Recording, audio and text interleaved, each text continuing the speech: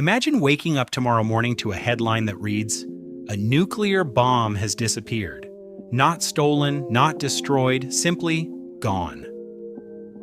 It sounds like the beginning of a Hollywood thriller, but this wasn't fiction, it happened. And it happened in the United States. On a cold morning in 1958, an American military bomber was flying what should have been a routine training mission. The crew had done this countless times before. The skies were clear. Every step had been carefully planned. There was no reason to believe that anything would go wrong, but within minutes, everything changed. A sudden mid-air collision turned an ordinary mission into a national emergency. The aircraft was badly damaged. The crew faced an impossible choice: keep the bomb on board and risk a catastrophic crash, or release it into the waters below. They chose the second option. Somewhere beneath the waves, a nuclear weapon disappeared. What followed was one of the most unusual search operations in American military history. Ships scanned the coastline. Divers searched underwater.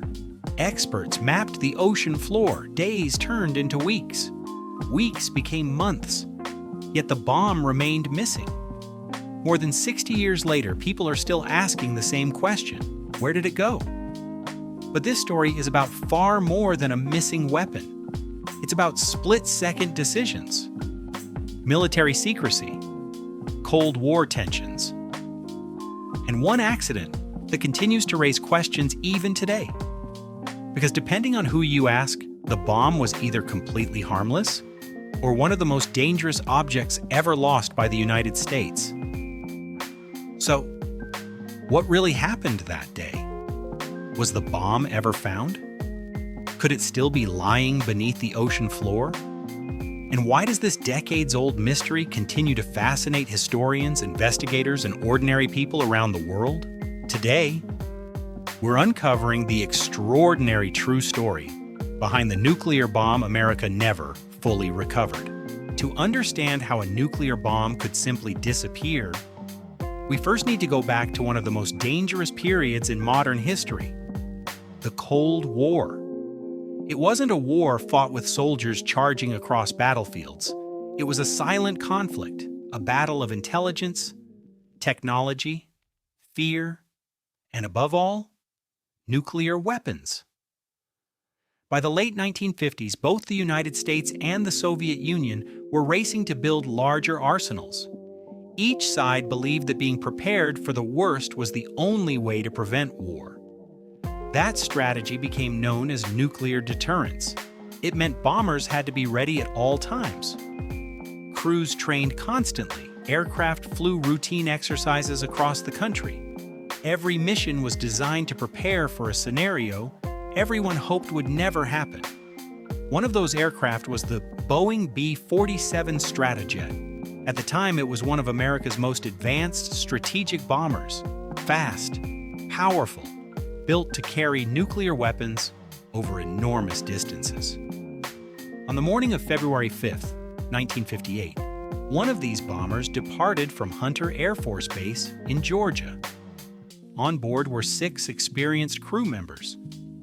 Their assignment was straightforward: complete a routine training exercise involving simulated combat procedures before returning safely to base. Although it was only a training mission, the aircraft was carrying a Mark 15 nuclear bomb. According to the U.S. military, this was standard practice for certain missions during that era. The weapon was not intended for combat that day, but it was very real. Thousands of kilograms of metal, electronics, and explosive components were secured beneath the aircraft. For the crew, missions like this had become almost ordinary. Checklists, radio calls, navigation updates, everything followed strict military procedure. Nothing suggested that this flight would become part of American history. As the B-47 approached the skies near Savannah, another aircraft entered the exercise, an F-86 Sabre fighter. Its role was to simulate an enemy interceptor during the training mission. Both crews knew exactly what they were supposed to do. They had practiced similar exercises before. But military training depends on precision, and sometimes only a few seconds are enough for everything to go terribly wrong. In the next moments, two aircraft would find themselves on a collision course, and one decision made in the aftermath would leave behind a mystery that still hasn't been completely answered. High above the coast of Georgia, the training exercise was unfolding exactly as planned. The B-47 Stratojet maintained its assigned course, while the F-86 Sabre fighter moved into position to simulate an interception. Both aircraft were following procedures. Both crews were experienced, and both believed they knew exactly where the other aircraft was. But in aviation, certainty can disappear in a matter of seconds. As the fighter closed in, something went terribly wrong. Whether it was a misjudged angle, limited visibility, or simply a chain of unfortunate timing, the two aircraft suddenly found themselves on the same path. There was almost no time to react, then impact. The nose of the F-86 slammed into the B-47, metal twisted, debris exploded through the sky. The collision tore away part of the bomber's structure and severely damaged one of its wings. Inside the cockpit, warning lights flashed instantly.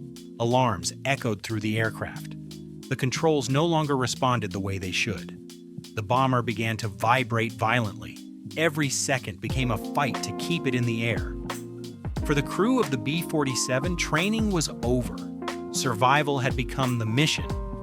Meanwhile, the F-86 suffered catastrophic damage of its own. Its pilot realized almost immediately that the aircraft could no longer be saved. With only moments to spare, he ejected from the fighter before it crashed. He survived. But the B-47 was still flying, barely. The crew quickly assessed the damage. Fuel systems had been affected. The aircraft was unstable. Landing with a heavily damaged bomber was already dangerous. Landing while carrying a massive nuclear weapon made the situation far worse. Every option carried enormous risk. If the aircraft crashed during landing, the consequences could be catastrophic. The crew contacted military command reporting the emergency and requesting immediate instructions.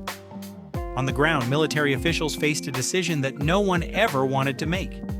The priority was clear: save the crew, prevent a larger disaster.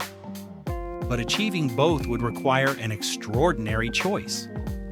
As the damaged bomber continued flying toward the coastline, one question dominated every conversation. What should they do with the bomb?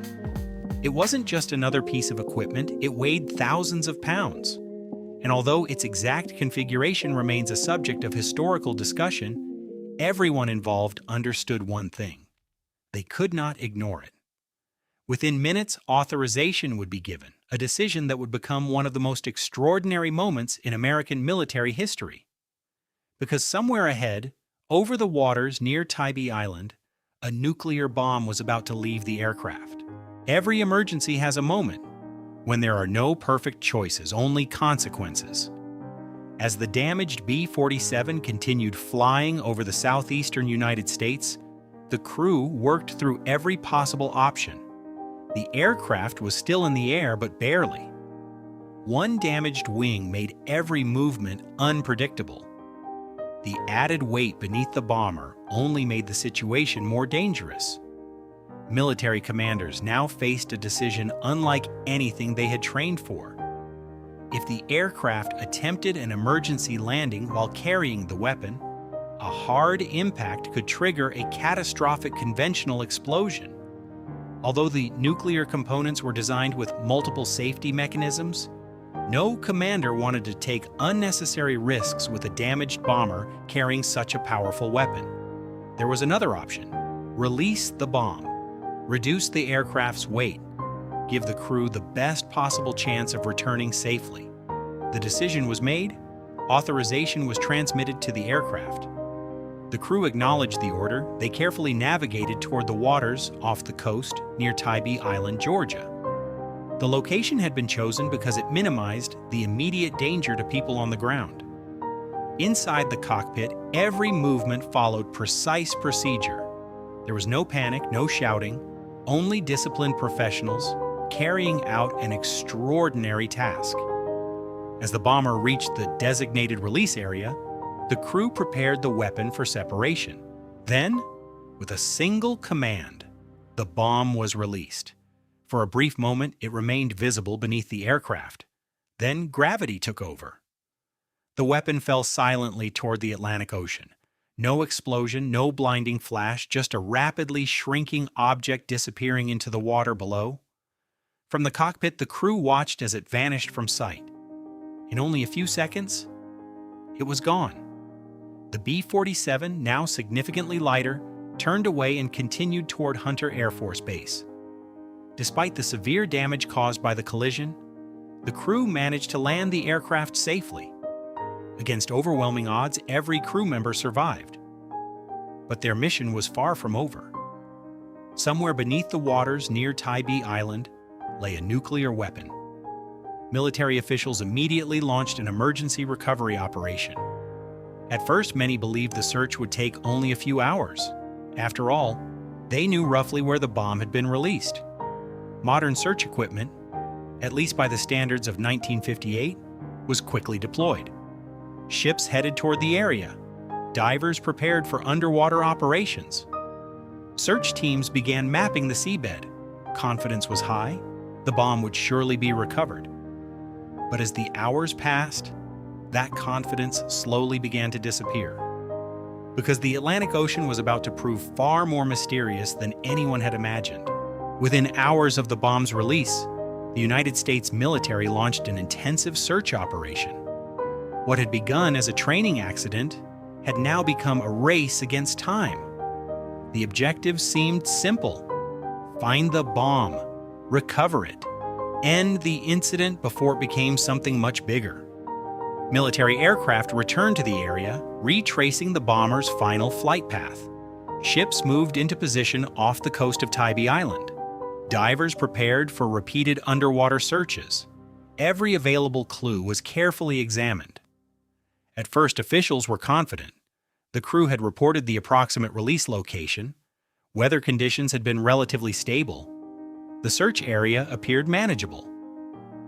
But the Atlantic Ocean had other plans. Beneath the surface, visibility was often poor. Powerful tidal currents constantly shifted sand across the seabed. Mud, silt, and underwater vegetation made it difficult to identify large objects. Even experienced divers found themselves working in challenging conditions. Day after day, search teams swept the area. Sonar equipment scanned the ocean floor. Divers investigated promising targets. Metal detectors responded to countless buried objects. But every discovery led to the same disappointment: scrap metal, natural rock formations, old debris, never the missing weapon. As the days turned into weeks, the operation grew increasingly frustrating.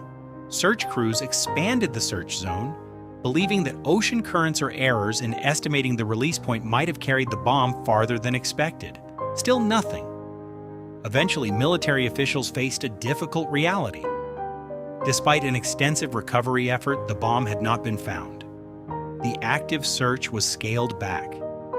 Official attention gradually shifted elsewhere. Yet the mystery remained. Over the years, independent researchers, historians, and even amateur investigators continued searching for answers. Some believed the bomb had become deeply buried beneath layers of sediment. Others argued that the original release location had been miscalculated from the very beginning. Every few years, new claims surfaced. Someone believed they had found unusual radiation. Another team reported detecting a large metallic object beneath the seabed. Each announcement attracted headlines. Each investigation generated fresh excitement.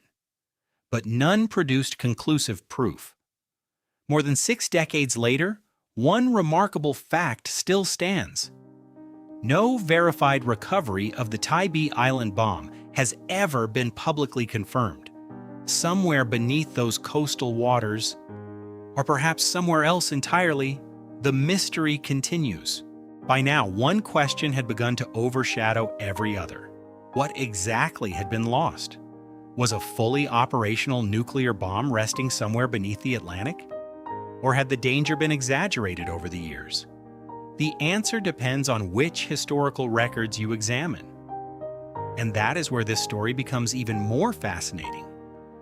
The weapon involved in the incident was a Mark 15 thermonuclear bomb, one of the most advanced nuclear weapons in the American arsenal during the late 1950s. It was designed for strategic missions and represented a significant part of the United States' nuclear deterrent during the Cold War. But historians have long debated one crucial detail. Was the bomb carrying all of its essential nuclear components when it was released?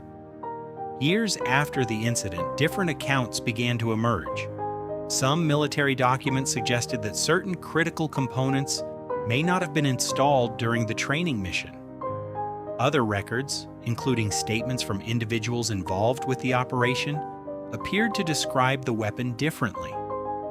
Those conflicting accounts fueled decades of speculation. Supporters of one interpretation argue that the bomb could never have produced a nuclear explosion because an essential component was not present. Others point to official correspondence and historical testimony indicating that the weapon should still be regarded as a genuine nuclear weapon, even if its exact configuration remains disputed. What can be said with confidence is this: the bomb contained large amounts of conventional high explosives. It was never considered an ordinary training object. That alone explains why the military treated its loss as a serious national security incident. Over the years, researchers have submitted requests for declassified documents. Historians have compared technical reports. Journalists have interviewed former military personnel. Yet despite decades of investigation, one definitive answer has remained surprisingly difficult to establish. This uncertainty has helped keep the Tybee Island incident alive in public memory, not because anyone can prove a dramatic conspiracy, but because the historical record contains unanswered questions, and unanswered questions have a way of surviving for generations. Today, most historians agree on the broad outline of the event. A damaged B-47 released a Mark 15 bomb near Tybee Island. A major search operation followed. The weapon was never publicly confirmed as recovered. Beyond those core facts, the debate becomes more complicated. That is why responsible historians often separate confirmed evidence from interpretation. It is also why this incident continues to appear in books, documentaries, and military history discussions more than 60 years later. Because sometimes, history is not defined only by what we know. It is defined by what we still cannot fully prove. More than 60 years have passed since that winter morning in 1958. The world has changed in ways the crew of that B-47 could never have imagined. Satellites now orbit the Earth. Artificial intelligence helps analyze oceans. Modern sonar systems can map the seafloor in astonishing detail. Yet despite all of this technology, one question remains: where is the bomb? Over the decades, several groups have tried to solve the mystery. Independent researchers, former military personnel, marine survey teams, historians. Some believed they had located unusual metallic objects beneath the seabed. Others reported readings they believed deserved further investigation. Each new claim generated excitement. News headlines appeared, television crews returned. People hoped the decades-old mystery had finally been solved. But every time, the evidence fell short. No discovery has been publicly verified as the missing Mark 15 bomb from the 1958 Tybee Island incident. That doesn't necessarily mean the search was pointless. Quite the opposite. Every investigation has helped historians better understand what happened that day. Flight records have been re-examined, military documents have been declassified, witness accounts have been compared. Little by little, the historical picture has become clearer. Yet one piece of the puzzle is still missing: Ironically, this story has never been remembered simply because a bomb was lost. It has endured because of what it reveals about an era defined by fear, urgency, and unimaginable responsibility. During the Cold War, military crews carried burdens that few people ever saw. Split-second decisions could affect not only their own lives, but potentially the lives of millions. On that February morning in 1958, a damaged aircraft returned safely. 6 crew members survived. A larger disaster was avoided, but the ocean kept one secret. Whether the bomb lies buried beneath layers of sediment, whether it drifted farther than anyone expected, or whether some part of the story will never be fully understood, may remain unanswered. And perhaps that is why this incident continues to capture our imagination. Because history isn't only built from victories and discoveries. Sometimes, history is shaped by the things we never find. The Tybee Island incident reminds us that even the world's most powerful nations can make mistakes, that even the most carefully planned missions can take an unexpected turn, and that the past still holds mysteries waiting to be explored. Thank you for watching. If you enjoy documentaries that separate fact from myth and explore the stories hidden beneath history, consider subscribing to Arkthena, because every forgotten story still has something to teach us.